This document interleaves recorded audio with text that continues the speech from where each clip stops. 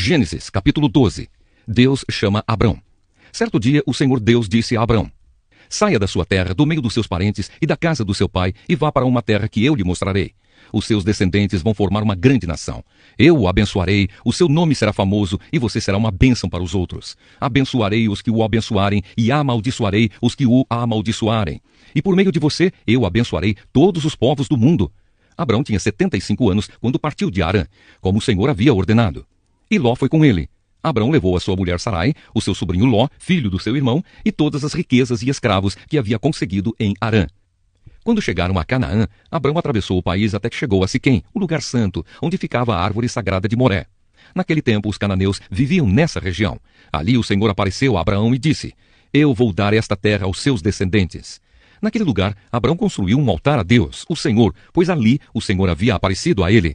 Depois disso, Abrão foi para a região montanhosa que fica a leste da cidade de Betel, e ali armou o seu acampamento. Betel ficava a oeste do acampamento e a cidade de Ai ficava a leste. Também nesse lugar, Abrão construiu um altar e adorou o Senhor. Dali, ele foi andando de um lugar para outro, sempre na direção sul da terra de Canaã. Abrão no Egito. Naquele tempo, houve em Canaã uma fome tão grande que Abrão foi morar por algum tempo no Egito. Quando ia chegando ao Egito, Abrão disse a Sarai, a sua mulher: escute, você é uma mulher muito bonita, e quando os egípcios a virem, vão dizer: essa aí é a mulher dele.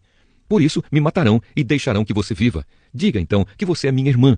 Assim, por sua causa, eles me deixarão viver e me tratarão bem.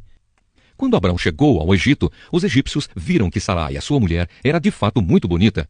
Alguns altos funcionários do rei do Egito também a viram e contaram a ele como era linda aquela mulher. Por isso, ela foi levada para o palácio do rei. Por causa dela, o rei tratou bem Abrão e lhe deu ovelhas, bois, jumentos, escravos e escravas, jumentas e camelos. Mas por causa de Sarai, o Senhor Deus castigou o rei e a sua família com doenças horríveis. Por isso o rei mandou chamar Abrão e perguntou: por que você me fez uma coisa dessas? Por que não me disse que ela é a sua mulher? Você disse que ela era sua irmã e por isso eu casei com ela. Portanto, aqui está sua mulher. Saia daqui com ela. Então o rei deu ordem e os seus guardas levaram Abrão para fora do Egito, junto com a sua mulher e com todas as coisas que eram dele. O Evangelho de Mateus, capítulo 11. Os mensageiros de João Batista. Quando acabou de dar essas ordens aos seus 12 discípulos, Jesus saiu daquele lugar e foi ensinar e anunciar a sua mensagem nas cidades que ficavam perto dali. João Batista estava na cadeia e, quando ouviu falar do que Cristo fazia, mandou que alguns dos seus discípulos fossem perguntar a ele: o Senhor é aquele que ia chegar ou devemos esperar outro?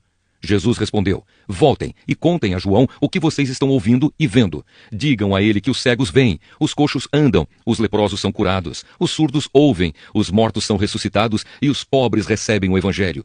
E felizes são aqueles que não abandonam a sua fé em mim. Quando os discípulos de João foram embora, Jesus começou a dizer ao povo o seguinte a respeito de João: o que vocês foram ver no deserto? Um caniço sacudido pelo vento? O que foram ver? Um homem bem vestido? Ora, os que se vestem bem moram nos palácios. Então me digam, o que esperavam ver? Um profeta? Sim, e eu afirmo que vocês viram muito mais do que um profeta, porque João é aquele a respeito de quem as Escrituras Sagradas dizem: aqui está o meu mensageiro, disse Deus. Eu o enviarei adiante de você para preparar o seu caminho. Eu afirmo a vocês que isto é verdade. De todos os homens que já nasceram, João Batista é o maior. Porém, quem é menor no reino do céu é maior do que ele. Desde os dias em que João anunciava sua mensagem até hoje, o reino do céu tem sido atacado com violência, e as pessoas violentas tentam conquistá-lo. Até o tempo de João, todos os profetas e a lei de Moisés falaram a respeito do reino. E se vocês querem crer na mensagem deles, João é Elias, que estava para vir. Se vocês têm ouvidos para ouvir, então ouçam. Mas com quem posso comparar as pessoas de hoje? São como crianças sentadas na praça. Um grupo grita para o outro: nós tocamos músicas de casamento, mas vocês não dançaram. Cantamos músicas de sepultamento, mas vocês não choraram. João Batista jejua e não bebe vinho, e todos dizem: ele está dominado por um demônio. O Filho do Homem come e bebe, e todos dizem: vejam, este homem é comilão e beberrão. É amigo dos cobradores de impostos e de outras pessoas de má fama. Porém, é pelos seus resultados que a sabedoria de Deus mostra que é verdadeira. As cidades que não creram. Então Jesus começou a acusar as cidades onde tinha feito muitos milagres. Ele fez isso porque os seus moradores não haviam se arrependido dos seus pecados. Jesus disse: ai de você, cidade de Corazim! Ai de você, cidade de Betsaida! Porque se os milagres que foram feitos em vocês tivessem sido feitos na cidade de Tiro e de Sidom, os seus moradores já teriam abandonado seus pecados há muito tempo. E para mostrarem que estavam arrependidos, teriam vestido roupa feita de pano grosseiro e teriam jogado cinzas na cabeça. Pois eu afirmo a vocês que no dia do juízo, Deus terá mais pena de Tiro e de Sidom do que de vocês, Corazim e Betsaida. E você, cidade de Cafarnaum, acha que vai subir até o céu? Pois será jogada no mundo dos mortos. Porque se os milagres que foram feitos aí tivessem sido feitos na cidade de Sodoma, ela existiria até hoje. Pois eu afirmo a vocês que no dia do juízo, Deus terá mais pena de Sodoma do que de você, Cafarnaum. Um convite de Jesus. Naquela ocasião, Jesus disse: Ó Pai, Senhor do céu e da terra, eu te agradeço porque tens mostrado às pessoas sem instrução aquilo que escondeste dos sábios e dos instruídos. Sim, ó Pai, tu tiveste prazer em fazer isso. O meu Pai me deu todas as coisas. Ninguém sabe quem é o Filho, a não ser o Pai. E ninguém sabe quem é o Pai, a não ser o Filho, e também aqueles a quem o Filho quiser mostrar quem o Pai é. Venham a mim todos vocês que estão cansados de carregar as suas pesadas cargas, e eu lhes darei descanso. Sejam meus seguidores e aprendam comigo, porque sou bondoso e tenho um coração humilde, e vocês encontrarão descanso. Os deveres que eu exijo de vocês são fáceis, e a carga que eu ponho sobre vocês é leve. Neemias, capítulo 1. Neemias ora por Jerusalém. Esta é a história de Neemias, filho de Acalias. No mês de Quisleu, no ano 20 do reinado de Artaxerxes, rei da Pérsia, eu, que me chamo Neemias, estava em Suzã, a capital do país. Anani, um dos meus irmãos, chegou de Judá com um grupo de outros judeus. Então eu pedi notícias da cidade de Jerusalém e dos judeus que haviam voltado do cativeiro na Babilônia. Eles me contaram que aqueles que não tinham morrido e haviam voltado para a província de Judá estavam passando por grandes dificuldades. Contaram também que os estrangeiros que moravam ali por perto os desprezavam. Disseram finalmente que as muralhas de Jerusalém ainda estavam caídas e que os portões que haviam sido queimados ainda não tinham sido consertados. Quando ouvi isso, eu me sentei e chorei. Durante alguns dias eu fiquei chorando e não comi nada, e fiz a Deus esta oração: Ó Senhor, Deus do céu, Tu és grande e nós te tememos. Tu és fiel e guardas a Tua aliança com aqueles que te amam e obedecem aos Teus mandamentos. Olha para mim, ó Deus, e ouve as orações que faço dia e noite em favor dos Teus servos, o povo de Israel. Eu confesso que nós, o povo de Israel, temos pecado. Os meus antepassados e eu temos pecado. Com os nossos atos, temos pecado contra Ti e não temos obedecido aos Teus mandamentos. Não temos obedecido às leis que nos deste por meio de Moisés, Teu servo. Lembra agora do que disseste a ele. Se vocês, o povo de Israel, forem infiéis a mim, eu os espalharei entre as outras nações. Mas se depois disso vocês voltarem para mim e obedecerem aos meus mandamentos, eu os trarei de volta para o lugar que escolhi, para ali ser adorado, mesmo que vocês estejam espalhados pelos fins da terra. Senhor, estes são teus servos, o teu povo. Tu os livraste do cativeiro com o teu grande poder e com a tua força. Ouve agora a minha oração e as orações de todos os outros teus servos, que têm prazer em te adorar. Faze com que eu tenha sucesso hoje e que o rei seja bondoso comigo. Nesse tempo, eu estava encarregado de servir vinho ao rei.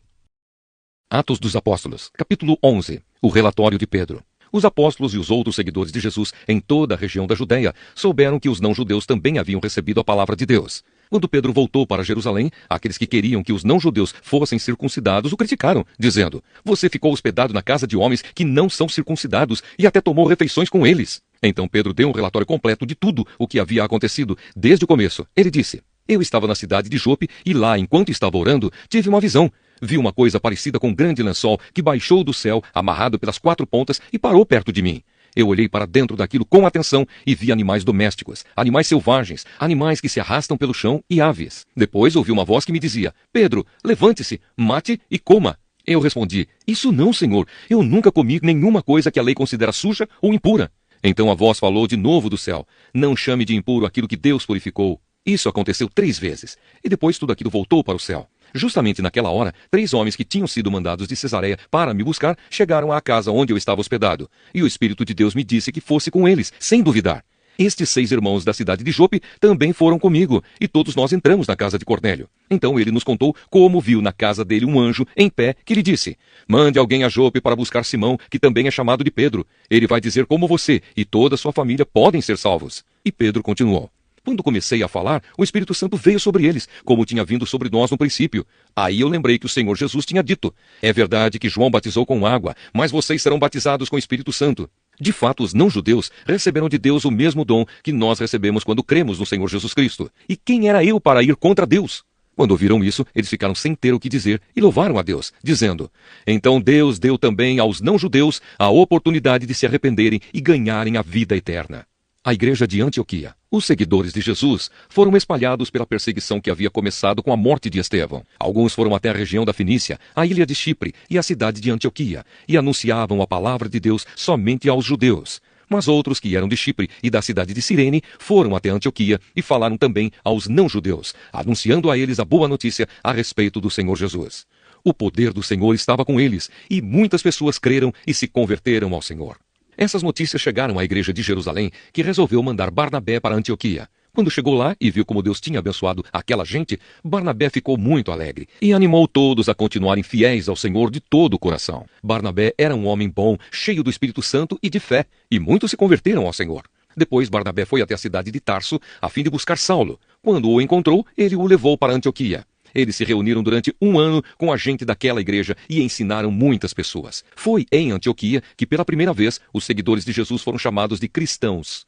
Naquele tempo, alguns profetas foram de Jerusalém para Antioquia. Um deles, chamado Ágabo, levantou-se e, pelo poder do Espírito Santo, anunciou: Haverá uma grande falta de alimentos no mundo inteiro. Isso aconteceu quando Cláudio era o imperador romano. Então os cristãos resolveram mandar ajuda aos irmãos que moravam na região da Judéia, e cada um deu de acordo com o que tinha, e mandaram o dinheiro por meio de Barnabé e Saulo para que eles o entregassem aos presbíteros da igreja.